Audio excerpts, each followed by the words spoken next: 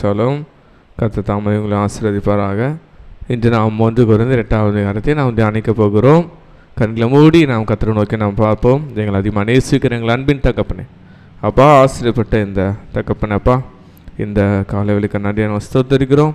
நீ நல்லவரும் நன்மை சீக்கிரமான கர்த்தராச்சா. எங்கள் வாழ்க்கையில் எதை செய்தாலும் ஆண்டவரே, நீர் எங்களுக்கு நன்மையாக கொடுக்கிற தேவன்.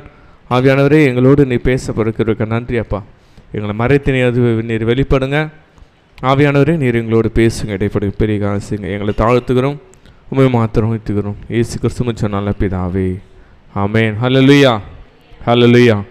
இன்று நாம் பார்க்க போகிற அதிகாரம் 1 கொரிந்தியர் 8வது அதிகாரம். ஆமென். பவுல் பார்த்திங்கன்னா இந்த கொரிந்தியர் சபைகளுக்கு ஒரு சில கேள்விகளுக்கு அவர் என்ன சொல்லுகிறாரு, பதில் சொல்லி கொண்டு வருகிறார். முன்ன அதிகாரத்தில் என்ன பார்த்தோம், திருமணத்தை குறித்த குழப்பங்களுக்கு தெளிவாக பேலன்ஸ் எப்படி பண்ணணும், திருமணத்துக்கு ஆகாமல் இருப்பது, திருமணம் செய்து கொண்டு எப்படி இருப்பது சரியான விதத்தில் போதித்தார்.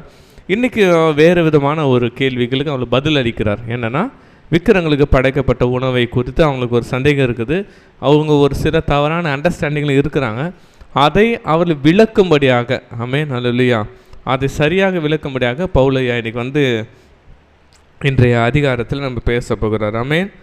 இன்றைக்கி இதுக்கு ஒரு தலைப்பு கொடுக்கலாம், விக்கிரங்களுக்கு படைக்கப்பட்ட உணவை குறித்த காரியம். ஆமென். விக்கிரங்களுக்கு படைக்கப்பட்ட உணவை குறித்து, ஆமென், இன்றைக்கி என்ன சொல்கிறார் நம்ம பார்க்க போகிறோம். இதை 3 பிரிவாக நம்ம பார்க்கலாம்.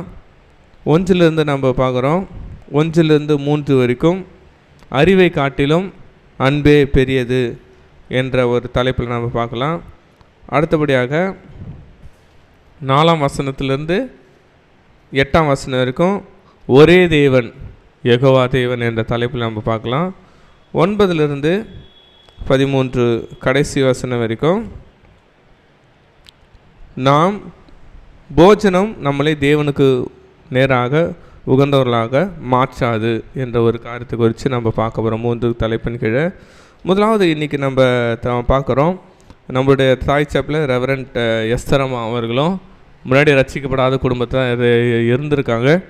அவர்களும் இது போல் அந்த விக்கிரகத்தை படைக்கப்பட்ட உணவை உண்டதில் அவங்க சாதாரணமாக, ஏன்னா அவங்களுடைய பெற்றோர்களும் ரட்சிக்கப்படாமல் தான் இருந்திருக்காங்க.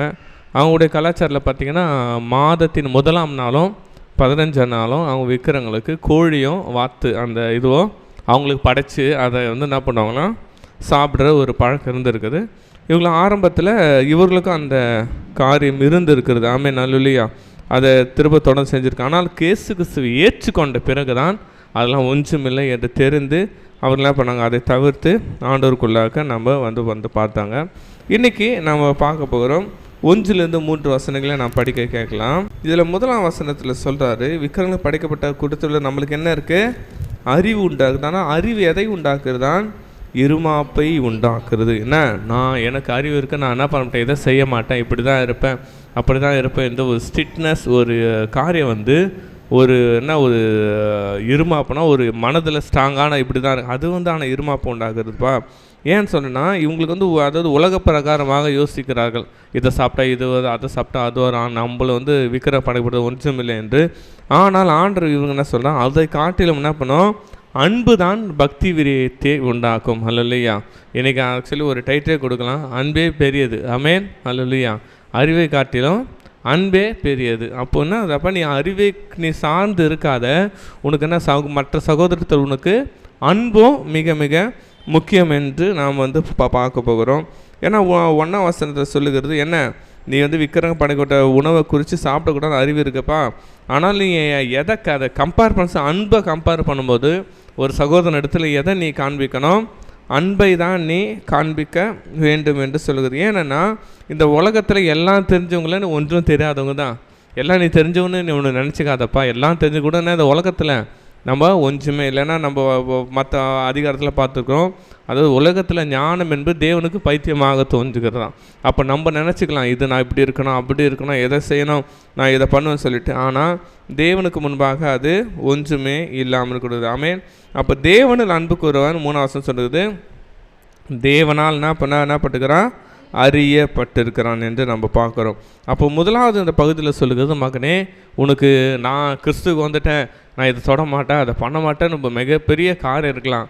ஆனால் அன்பு கூட நிற்கும்போது நீ முதலாவது அன்புக்கு தான் முதலிடம் கொடுக்க வேண்டும். உன்னோட அறிவை என்ன பண்ண கொஞ்சம் ஓரம் கட்டி வச்சிருப்பா அறிவு, ஆனால் அறிவு எதற்கும் உதவாது. அன்பினால் நீ செய்யப்படுகிற காரியம்தான் அது உனக்கு வாக்கியம் என்று சொல்லுகிறார். நம்ம அடுத்த பகுதி நம்ம வாசிக்க போகிறோம். 4-7 வரைக்கும் நம்ம வாசிக்கலாம். 4 வசனத்தை பார்க்குறோம். விக்கிரங்கள் படைக்கப்பட்டவர்களை புசிக்கிற விஷயத்தை உலகமானது அது விக்கிரமானது ஒன்றுமே இல்லை என்று நாம் என்ன பண்ணோம் அறிஞ்சிருக்கிறோம். ஏனென்றால் அது என்ன பண்ணுறது, அதுக்கு ஒன்றுமே இல்லை. ஆக்சுவலி அந்த காலகட்டத்தில் என்ன இருந்துச்சுன்னா, விக்கிரங்களுக்கு அந்தமாரி சிலைகளுக்கு படைக்கப்பட்ட உணவுகளை சந்தைகளிலும் கொண்டு வந்து விற்பாங்களாம் அந்த காலகட்டத்தில். இப்போது ஏன்னா ஒரு நாளைக்கு திடீர்னு ஒரு பூஜை நடக்குதுன்னா, அதாவது நிறைய இறைச்சிகள் அவங்க வெளியே வேஸ்ட்டு பண்ணுறத விட அந்த இறைச்சியை என்ன பண்ணாலும் மார்க்கெட்டில் சேல்ஸ் பண்ணுவாங்க. அப்போது இவங்களுக்குள்ளே என்ன குழப்பாயிட்டுக்குது, அப்போ இதை விட அது மலிவாக கிடைக்குது, நம்ம அதையும் சாப்பிடலாம். ஏன் விற்கிறவங்களுக்குன்னா இல்லை, அதெல்லாம் ஒன்று இல்லை என்ற ஒரு காரியமும் இந்த மக்களாண்டு இருந்திருக்குது. ஆனால் ஒரு சில பேர் என்ன பண்ணாங்களாம், இது என்னது விக்கிரங்களுக்கு படைப்படுறது ஏதோ ஒரு இது இருக்குன்னு சொல்லிட்டு சில பேர் அதை விசுவாசிச்சும் சாப்பிட்டாங்களாம். நல்ல இல்லையா? அப்போ இது 2 விதமான மக்களுக்கும் இவர் பேலன்ஸ்டான ஒரு அட்வைஸ் கொடுத்துட்டே இருக்கிறார். நீ என்ன பண்ணுறது, இதை நீ சாப்பிட்றது என்ன பண்ணுறது மிக கேர்ஃபுல்லாக, நீ அதுக்கு விக்கிரமான பொருள் இல்லை தான், ஆனாலும் நீ அதை நீ விசுவாசி சாப்பிட்டால் அது என்னது, அது உனக்கு ஒரு விக்கிரமாக மாறிடும். ஃபார் எடுத்துக்காட்டு நம்ம என்ன ஆண்டவர் நம்ம சிலுவையில் என்ன பண்ணார், மரித்தார். சிலுவையின் சின்னம் என்ன, ஆண்டவர் நம்மளுக்கு சிலுவைக்காக. ஆனால் அந்த சிலுவையில் ஒரு சில பேர் ஸ்டைலுக்காக போடுவாங்க. என்ன அது ஒரு ஸ்டைலாக இருக்குது, நான் பண்ண நீ மகனே நீ ஒரு அழகுக்காக நீ அதை நீ அலங்கரித்தால் ஒன்றுமில்லை. ஆனாலும் சிலுவைத்து ஒரு மாலை, இதுதான் மாலை, இந்த மாலையில் ஏதோ வல்லமை இருக்குது, இந்த மாலையை போட்டால் இன்னும் அசுத்த சக்திகள் தடுக்காது என்றால் அதுதான் விக்கிரகம். ஆமேன்.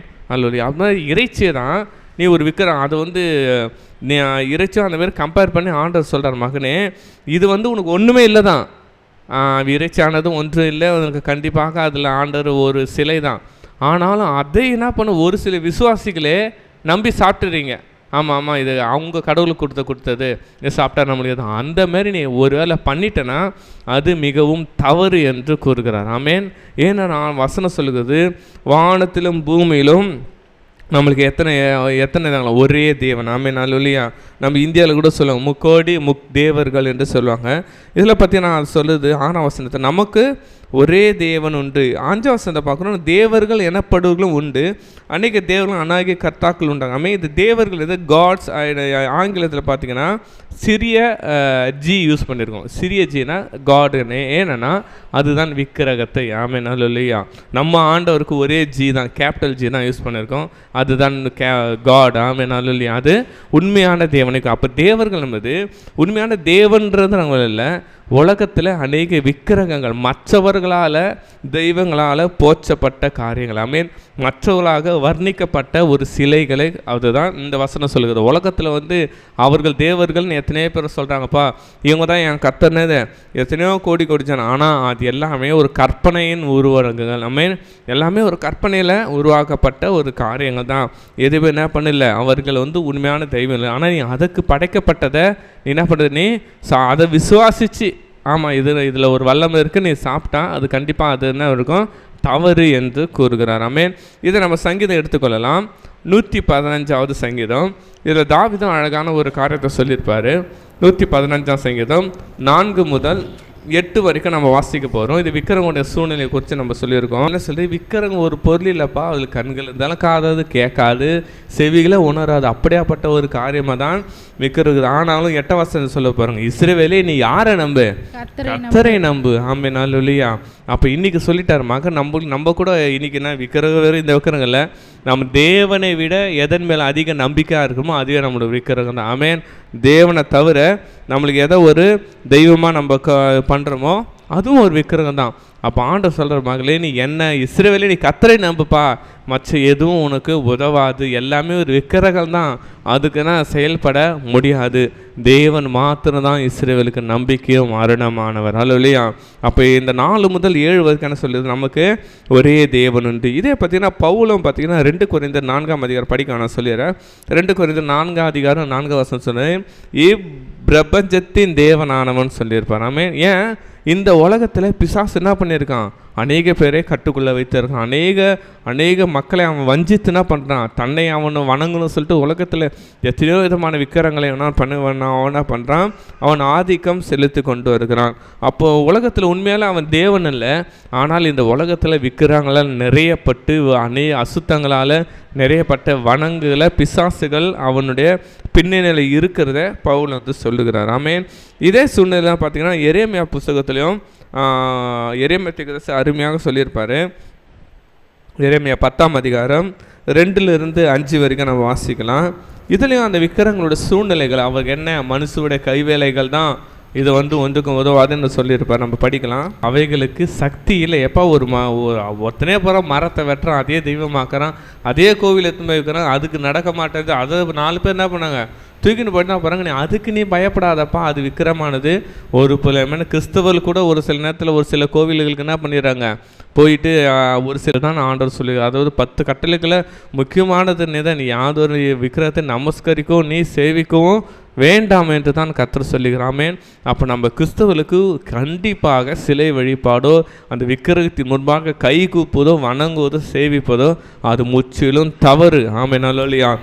அருமையான அந்த அதே எரேமியா 10ஆம் அதிகாரத்தில் கடைசியா 10ஆம் வசனத்தை சொல்ல பாருங்க. எல்லாம் சேர்ந்து சொல்லமா, கர்த்தரோ மெய்யான தெய்வம்.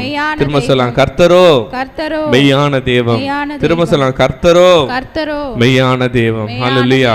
நம்மளுக்கு கூட ஆண்டவர் உலகத்தில் எத்தனை பேர் நம்ம எங்க இந்த எல்லாம் ஒரு கோவில் தானே, இந்த கோவில் அந்த கோவில் எல்லாத்துலேயும் இல்லைங்க. ஆமென். நமக்கு ஒரு தேவன் உண்டு, அவர் ஜீவனுள்ள தேவன், கர்த்தரோ தான் மெய்யான தேவன். ஆமென். கர்த்தரை தவிர அந்த உலகத்தில் வேறு அந்த தெய்வமும் இல்லை. உலகம் சொல்லலாம் நாங்கள் எம்மதமும் நாங்கள் சம்மதங்க, எல்லா கடவுளும் ஒன்று தானுங்க. ஆமே நம்ம இல்லைங்க, எல்லா கடவுளும் உங்களுக்கு ஒன்றா இருக்கலாம், ஆனால் எங்களுக்கு ஒரே தெய்வம் அவர் இயேசு மட்டும்தான். ஆமேன். நம்மளுக்கு இருக்கிற ஒரே தெய்வம் அவர் இயேசு மட்டும்தான். ஹல்லேலூயா. அப்போ நம்மளுக்குள்ள அந்த நிச்சயம் வேண்டும். அப்போ நம்ம ஒரு கிறிஸ்தவனாக இருக்கிற நம்ம ஆண்டவருடைய பிள்ளைகளாக இருக்கிற நம்ம எந்த சூழ்நிலையும் அது போன்று நாம் எந்த காரியத்தையும் செய்யக்கூடாது என்று கர்த்தர் சொல்லுகிறார்.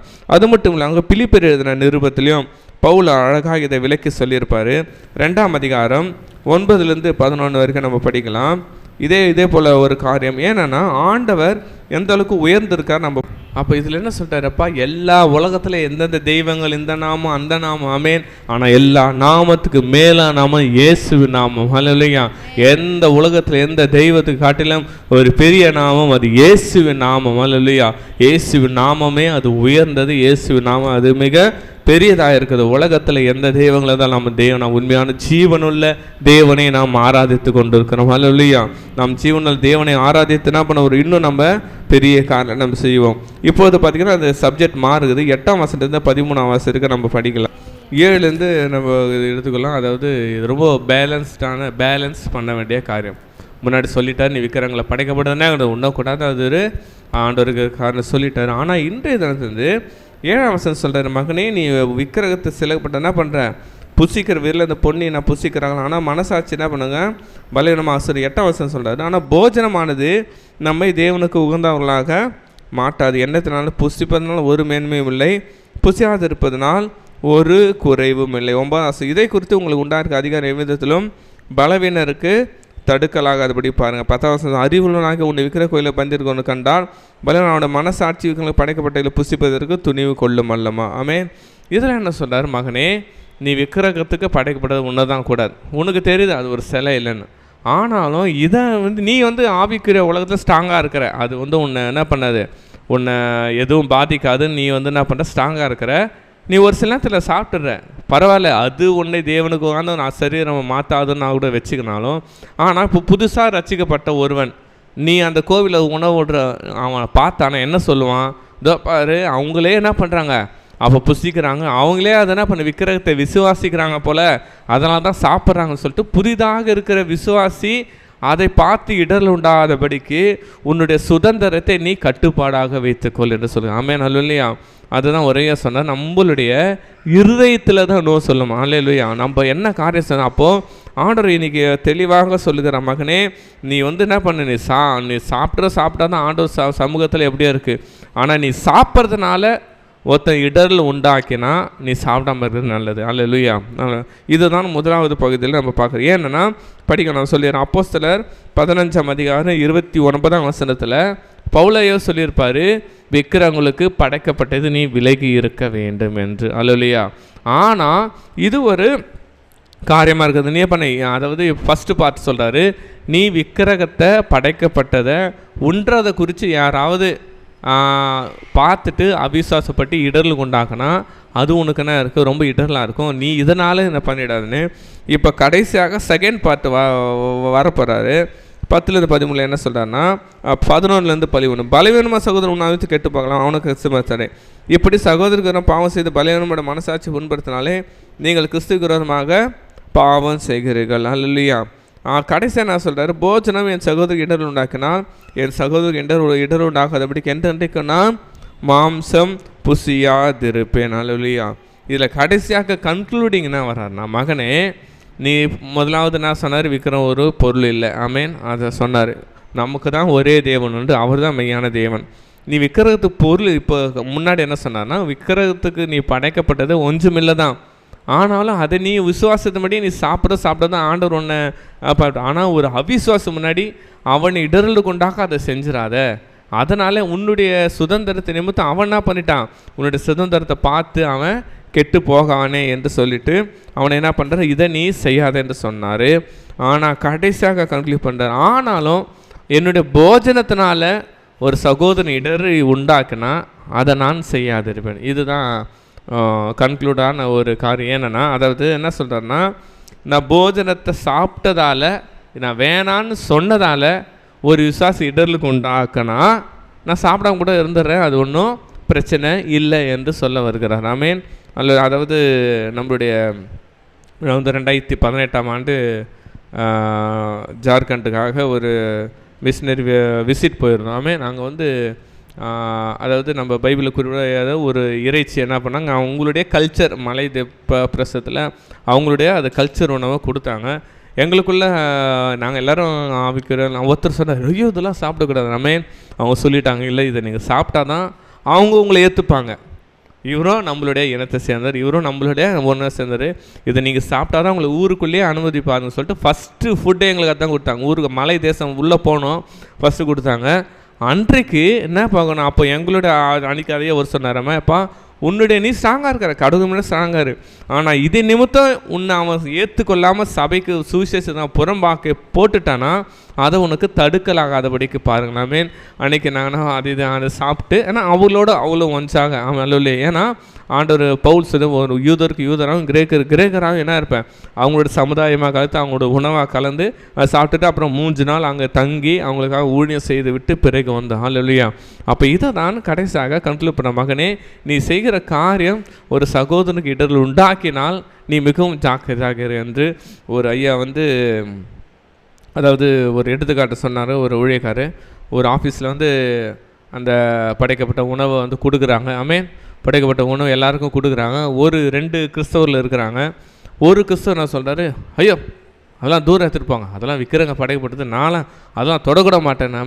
இன்னொரு கிறிஸ்தவம் இருக்கிறார், என்ன பண்ணுறாரு, அதை வாங்கி இன்னொரு அது எல்லோரும் கொடுக்குறான், அவரும் வாங்கிக்கிறாரு. இன்னொரு கிறிஸ்தவர் சொல்கிறாரு, நீங்களாம் அதெல்லாம் விற்கிறாங்க, அதெல்லாம் கடவுளுக்கு உங்கள் கடவுளாம் கடவுளே இல்லை, அது கொண்டு தான் நாங்களாம் சாப்பிடுவோம், நாங்களாம் பரிசுத்தமான, அதனால் நாங்களும் கிறிஸ்தவனாமே. அதனால் அந்த அதிகாரிக்கு அவர் மேலே ஒரு வெறுப்பு உண்டாகுது. என்னடா இது இப்படி பேசுகிறேன், எப்பா இவரும் கிறிஸ்தவன், இவரும் வாங்கிக்கினாரே, இவர் வாங்கிக்கினாரேன். இல்லை நான் அதெல்லாம் வாங்க மாட்டேன், நான்லாம் ரொம்ப இதை சொல்லிட்டேன். கொஞ்ச நாள் கழித்து பார்த்திங்கன்னா அந்த யார் இருந்தாங்களோ அவங்களுக்கு ஒரு சூழ்நிலை ஏற்படுகிறது, ஒரு வேலையை விட்டு போகிற சூழ்நிலை. அப்போ இவரும் கேட்டாங்கப்பா, நீங்கள் நீ ஏன் அதுமாரி வாங்கிக்கினீங்க, இவருக்கு சந்தேகம் வருது. எப்பா நான் அது வாங்கிக்கினேன், ஏன்னா அது அதிகாரி கொடுக்குறாரு, வேணாம் சொல்லக்கூடாது. அந்த உணவை அந்த ஸ்வீட் அதை எடுத்துகிட்டு போயிட்டு நான் போகிற வழியில் ஒரு எளியவர் இருப்பார். அவருக்கு என்ன பண்ணிட்டேன், நான் அதை உணவு அவர் கொடுத்துட்டு, அவர் பசிக்கு ரொம்ப ஏக்கமாக இருந்தார். அதை என்னன்னு கூட நான் பிரித்து பார்க்கல, ஆனாலும் அவரே நான் புண்படுத்தலை. ஆனால் இருதயத்தில் நான் என்ன பண்ணிட்டேன், அந்த உணவை நான் ஏற்றுக்கொள்ளலை, நான் அதை வீட்டுக்கு கூட கொண்டு போகல. வழியிலே ஒரு இல்லாத ஏழை மக்களுக்கு என்ன பண்ணேன், அதை கொடுத்துட்டு நான் போயிட்டேன் அப்படின்னு சொல்லிட்டு சொன்னேன். அப்போ இதுலேருந்து என்ன சொல்கிறேன்னா, மகனே நான் உணவில் எங்கள் ஆண்டவர் எப்படி சொல்லியிருக்கா, அப்படி சொல்லியிருக்காரு, உணவை சொல்லிவிட்டு ஒரு அவிசுவாசின்னு இடர்கள் உண்டாக்காதே. அதனால் ஒரு காரியம் என்ன பண்ணும், உனக்கு அது இடர்கள் ஆகக்கூடாது. அதே நிமித்தம் அதை தான் சொல்லிட்டேன் ஆரம்பத்தில், அறிவு இருமாப்பு உண்டாகும், அன்போ பக்தி விருத்தியை உண்டாகும். ஏன்னா நம்ம ஒன்று அவன் எடுத்துக்கொள்ளலாம் இல்லையா? ஆனால் சொல்கிறார், மகனே உன் கண்ட சகோதரத்தில் முதலாவது எப்படி நீ அன்பு கூறு. நான் ஆண்டவருக்கு நான் இதை பண்ண மாட்டேன் அதை பண்ண மாட்டேன் இல்லைப்பா, உன் சகோதரத்தில் ஒருவருக்கு ஒரு அன்பாக இரு. அன்பை தான் தேவன் நமக்கு எதிர்பார்க்கிறதுனால இல்லையா? ஆக்சுவலி அன்றைக்கி நம்ம அது ஒரு பொருள் இல்லை தான், ஆமே உறவினர்கள் அன்பு முக்கியம் தான். ஆனால் அதை என்ன பண்ணிட்டோம், நம்ம பெருசாக இது பண்ணி நம்ம கடவுள் தான் அவங்க பெருசாக பேசுனால அன்றைக்கி ஒரு ஆத்மா என்ன பண்ண சபைக்கு வருகிறத அது தடுத்து விட்டது. ஆமே ஒரு வேளை அன்றைக்கி சபைக்கு வந்து தான் ஆண்டவர் வசனத்தை கேட்டிருக்கலாமே, அன்றைக்கி ஒரு வேளை ஆண்டவர் வச்சா தேவ பிரசன்னம் அவர் தொட்டிருக்கலாமே இல்லையா? அப்போ இதை தான் சொல்கிறது, மகனே உனக்கு இருக்கிற அறிவை நீ பெருசாக பார்க்காத, ஆமென், அன்பு தான் முக்கியம் என்று. அல்லேலூயா. அப்போ அதை நாம் செய்யும்போது தான் அது நமக்கு அது ஆசீர்வாதமாக மாறுகிறது. ஆமென், அல்லேலூயா. எதில் இருதயத்தில் நோ சொல்லணும்? இருதயத்தில். ஆமென். ஆமாம், எங்களை ஆண்டவர் பெரிய தேவன், ஆமாம், விக்கிரகப்பட்டது நாங்கள் என்ன பண்ண மாட்டோம், உண்ண மாட்டோம், அது முக்கியம் தான். ஆனாலும் என்ன பண்ணுறேன், அதை காட்டில் உன்னை என்ன பண்ணுறேன், நான் அதிகமாக நேசிக்கிறேன், உனக்காக என்ன பண்ணுறேன், ஏன்னா இதை காரியத்தை செய்யும்போது அந்த ஒரு விசுவாசி இடரில் கொண்டாமல் கர்த்தரிடத்தில் நேராக காரியமாக இருக்கிறது. ஆமென், அல்லேலூயா. இதே போன்ற ஒரு வசனம் நம்ம பார்க்கலாம். 1 கொரிந்தியர் 13 அன்பை குறித்து அழகாக சொல்லியிருப்பார்.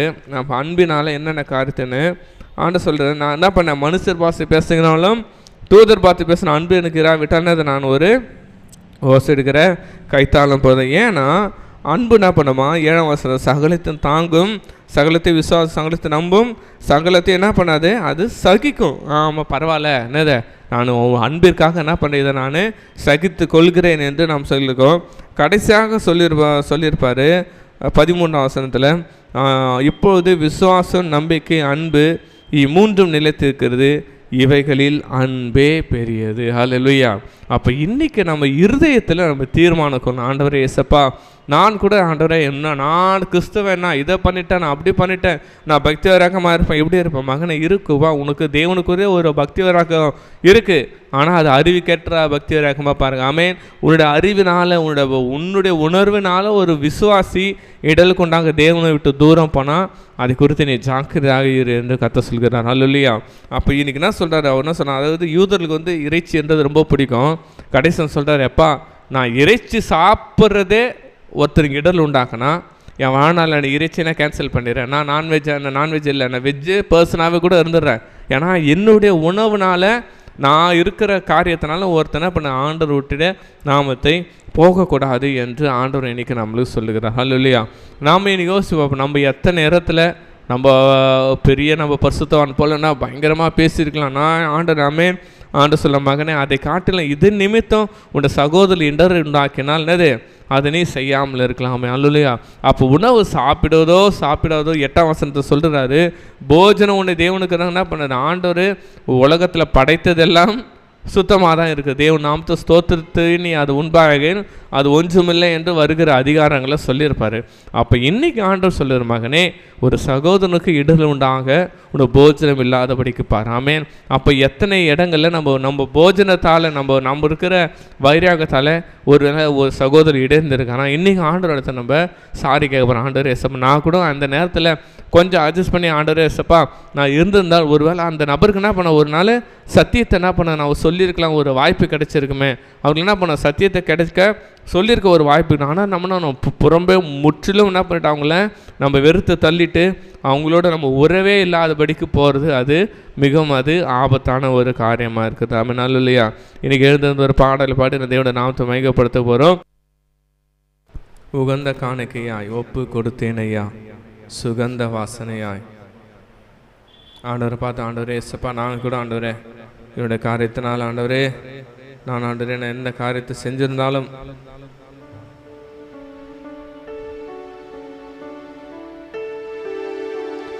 என்னை நீங்கள் மன்னிச்சிடுங்கப்பா, இன்றைக்கி நான் என்னை ஒப்பு கொடுக்குறேன்ப்பா.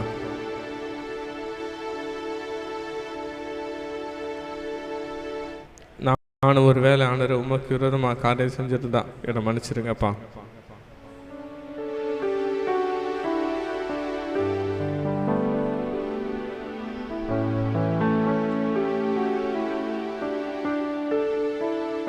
பாடலை பாடி நம்ம ஆண்டவரை அப்படியே ஒப்பு கொடுக்கலாம்.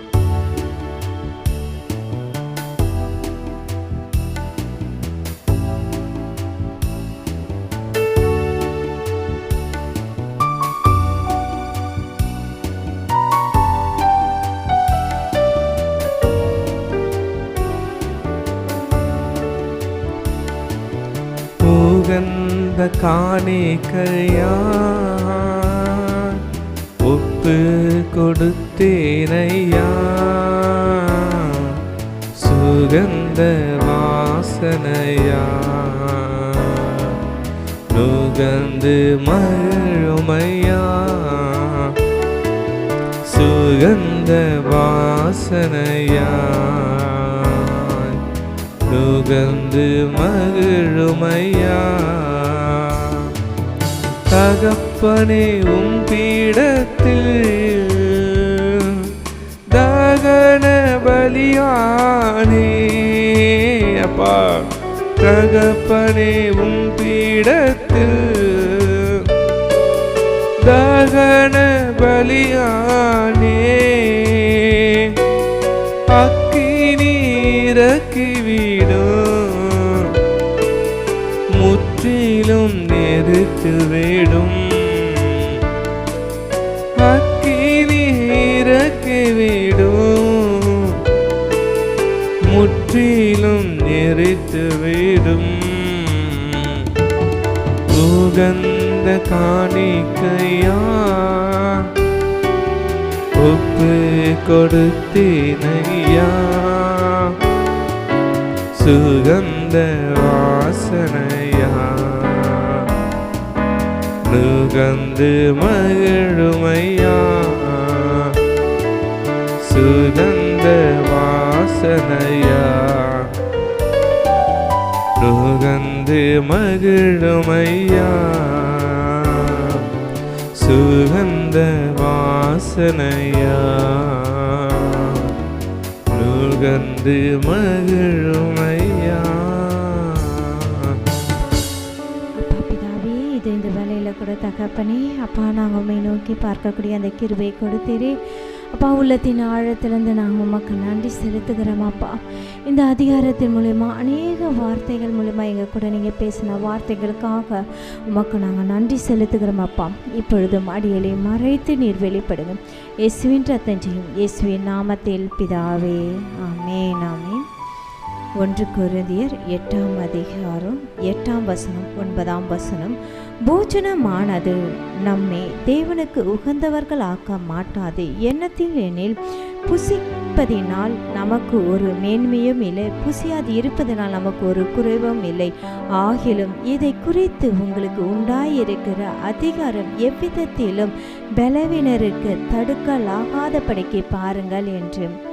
இந்த நாளில் இந்த வசனத்தில் நம்ம பார்க்குறோம், ஆண்டவருக்கு மற்றவர்களை அன்பு செலுத்துவது தான் ரொம்ப பிரியம் என்பதை பார்த்தோம். ஒரு போஜனத்தினால் மற்றவர்கள், அதாவது விசுவாசிகளாகட்டும் மற்ற புறஜாதிகளும் சரி, அவங்க கிட்ட நம்ம பேசுகிற வார்த்தைகள் அவங்க இடறி போகாதபடிக்கு நாம் இருக்க வேண்டும் என்று. அப்போ வேறு படைத்ததெல்லாம் நம்ம சாப்பிடலாமா அப்படின்னு பார்த்தா நம்ம சாப்பிடக்கூடாது தான். ஆனாலும் ஆண்டவருக்கு எது பிரியம்னா அந்த ஆத்மா இடறி போகக்கூடாது என்பதற்காக, அதுவே நாம் அவர்களிடத்தில் நம்ம அன்பு செலுத்தும் போது அவர்களை இன்னும் அதிகமாக விசுவாசத்துக்குள் நடத்தி அவர்கள் ரட்சிப்பின் பாதையில் நடத்த முடியும் என்பது இந்த நேரத்தில் என்னோட சாட்சி உங்ககிட்ட நான் பகிர்ந்து கொள்கிறேன். இன்னும் என்னோட சகோதரிகள் கூட இன்னும் ரட்சிக்கப்படலை.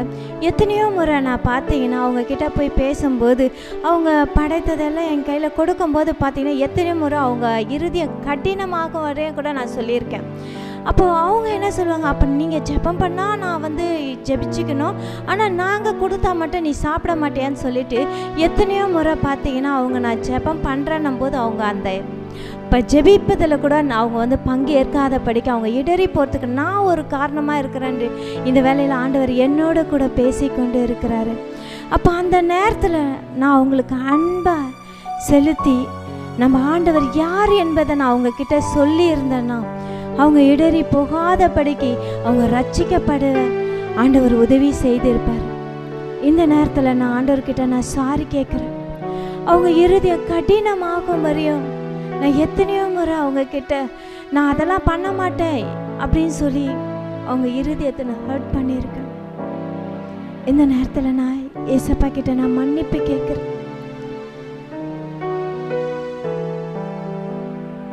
இயேசுவானவர் எப்படி அன்பை செலுத்தினாரோ அதுபோல நாமும் ஆண்டவரோட அன்பை அந்த இடத்துல வெளிப்படுத்த. போஜனம் சாப்பிடுறதுனால ஒன்றும் இல்லை. ஆனா அந்த ஆத்மா இடறி போயிடக்கூடாது என்பதை இந்த வேலையில இயேசுவானவர் எனக்கு இந்த நேரத்துல தெரியப்படுத்துது. அது போல யாராவது இந்த இடத்துல நம்ம அப்படி மற்றவர்களை இடறி போறதுக்கு நாமளே காரணமா இருந்தா இந்த நேரத்துல நம்ம மன்னிப்பு கேட்கலாமா? அப்பா, அந்த ஆத்மா இடறி போறதுக்கு நான் காரணமாயிட்டப்பா, அந்த விசுவாசி இடறி போறதுக்கு நான் காரணமாயிட்டப்பா, என்ன நீங்க மன்னிங்கன்னு சொல்லி நம்ம இப்பொழுது விட்டு கொடுத்து நாம் ஜெபிக்கலாமா? தகப்பனே, உம் பீடத்தில் தகன பலியானே. தகப்பனே, உம் பீடத்தில் தகன பலியானே. அக்கினி இறக்கிவிடும், முற்றிலும் நிறுத்திவிடும். அக்கினி இறக்கிவிடும், முற்றிலும் நிறுத்திவிடும். உகந்த காணிக்கையா ஒப்பு கொடுத்தேனையா, சுகந்த வாசனையா நுகந்து மகிழுமையா. சுகந்த வாசனையா முகந்து மகிழுமையா.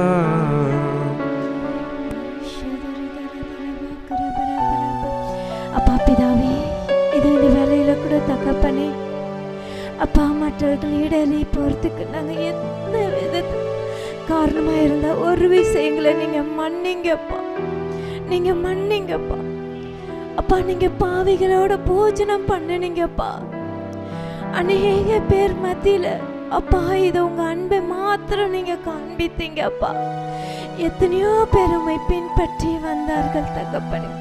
இது இந்த வேலையில தகப்பனே, அப்பா நாங்க படைத்ததை பெருசா பேசி அந்த ஆத்மா இடறி போறதுக்கு நாங்க ஒரு காரணமா இருக்க கூடாதப்பா. இதோ இந்த வேலையில முழுமையா அர்ப்பணிக்கிறோம் சுவாமி. இந்த வேலையில நீங்க எப்படி அன்பை காட்டி அநேக பேரை அப்பா இதோ கர்த்தாவே உங்க பந்தியில சேர்த்தீரோப்பா, அது போல இந்த வேலையில கர்த்தாவே நாங்க ஒவ்வொருவரும் கர்த்தாவே அநேக பேர் உங்க பந்தியில சேர்க்கிறவர்களாக எங்களை நீங்க மாற்றுங்கப்பா. அநேக பேர் உங்க பந்தியில சேர்க்கும்படியாக எங்க ஒவ்வொருவரையும் நீங்க மாற்றுங்கப்பா. இந்த வேலையில முழுமையா எங்களை அர்ப்பணிக்கிற தகப்பனே, எங்கள் தேவாதி தேவனே, அப்பா இந்த வேலையில அப்பா நம்ம ஆண்டவர்கிட்ட ஒப்பு கொடுத்து ஜெபிக்கலாமா? அப்பா நாங்க தான்ப்பா இதுக்கு காரணம், எங்களை நீங்க மன்னிங்கப்பா, நீங்க மன்னிங்கப்பா. இந்த வேலையில எங்கள் ஆவி ஆத்மா சரீரத்தை காத்து கொண்டு மற்றவர்களை நாங்க அப்பா பாதையில கொண்டு வர்றதுக்கு அப்பா எங்களை எடுத்து நீங்க பயன்படுத்த போற கிருபைக்காக உமக்கு நாங்க நன்றி செலுத்துகிறோம். இயேசுவின் ரத்தம் ஜெயம், இயேசுவின் நாமத்தில் பிதாவே, ஆமென். ஹல்லேலூயா. இன்றைக்கு நம்ம ஒரு விதத்தில் ரொம்ப பேலன்ஸ் பண்ண வேண்டிய ஒரு சத்தியம் தான். ஆமென். இன்னைக்கு நம்மளுக்கு கூட நிறைய சூழ்நிலைக்கு வரலாம். ஆமென். சூழ்நிலைக்கு ஏற்றபடி ஒருவேளை இந்த உணவை நான் அவங்களாண்டு வாங்கலைன்னா உண்மையாலே டிஸ்டர்பன்ஸ் ஆகுறாங்களா? ஆமே. அதே நேரத்தில் உண்மையால் அது படைக்கப்பட்டதா அதை நம்ம அவாய்ட் பண்ணாத, அதாவது ரொம்ப பேலன்ஸ் பண்ண வேண்டிய ஒரு சத்தியம். ஆமே. ஆனாலும் இன்னைக்கு நம்ம பவுலையா சொல்கிறப்பரு, எப்போ என் சகோதரனுக்கு இடல் உண்டாக நான் செய்ய மாட்டாமே, உணவு நான் வேணாம், அதாவது எனக்கு வெறுக்கவும் தெரியும், அதை வாங்கி கொள்ளவும் தெரியும். ஆமே. முக்கியமானது அந்த நபர் உள்ள சோல் நம்மளுக்கு மிக முக்கியம். அதனால் வருகிற காலங்கத்தில் நிறைய காரியங்கள் இருக்கிறது. நாம் ஆண்டவர் இடத்துல வெயிட் பண்ணோம். ஹோலி ஸ்பிரிட் எனக்கு இந்த மூமெண்ட்டை எப்படி ஹேண்டில் பண்ணோம், எனக்கு நீங்கள் ஞானத்தை கட்டளையிடுங்கப்பா. அவங்கள நான் ஹேண்டில் பண்ணோம், அவங்களும் ஹர்ட் ஆகக்கூடாது, நான் உங்களுக்கு விரோதமாக செஞ்சிடக்கூடாது ஆண்டவர் ஏசப்பா, எனக்கு பேலன்ஸ் பண்ண கிருபை செய்யுங்க. நான் பரிசுத்த ஆண்டவர் கேட்கும்போது பரிசுத்த ஆண்டவர் அந்த நபரை தொடுவதற்கு நம்மளுக்கு ஒரு காரியத்தை நம்மளுக்கு உருவாக்கி தர்றார். ஆமென், அல்லேலூயா. நமக்கு இதை நிமித்தமாக அந்த ஆத்மா ரட்சித்து கண்டிப்பாக நம்ம தேவாலயத்தை கொண்டு வரலாம். ஆமென். வருகிற காலங்கத்தில் நாம் ஆண்டவருக்காக பக்தியாக இருப்போம். கர்த்தரும் அந்த ஆத்மாக்களை நம்ம நேசிப்போம். கர்த்தர் நமக்கு சரியான ஞானத்தை தந்து ஆண்டவருடைய பார்வையிலும் மனுஷருடைய பார்வையிலும் நம்ம தேவனுக்கு உகந்தவர்களாக தேவன் நம்மளை மாற்றுவாராக. ஆமென், அல்லேலூயா, அல்லேலூயா, அல்லேலூயா. ஷாலோம், ஷாலோம், ஷாலோம். கடைசி ஆசீர்வாதத்துக்கு நேராக கைகளை விரித்துக்கொள்ளும். ஈவரக்கா அடோனாய் வயீஷ்மரக்கா யா ஏ அடோனாய் பனவ் அல்லக்கா விஹுனக்கா ஈஷா அடோனாய் பனவ் அல்லக்கா வயசம் லக்கா ஷாலோம், வயசம் லக்கா ஷாலோம். கர்த்தர் உன்னை ஆசீர்வதித்து காக்க கடவர். கர்த்தர் தன் முகத்தின் மேல் பிரகாசிக்க பண்ணி உன்மேல் கிருபையா இருக்க கடவர். கர்த்தர் தன் முகத்தை உன்மேல் பிரசன்னமாக்கி உனக்கு சமாதானம் கட்டளையிட கடவர். ஹல்லேலூயா, ஹல்லேலூயா, ஹல்லேலூயா.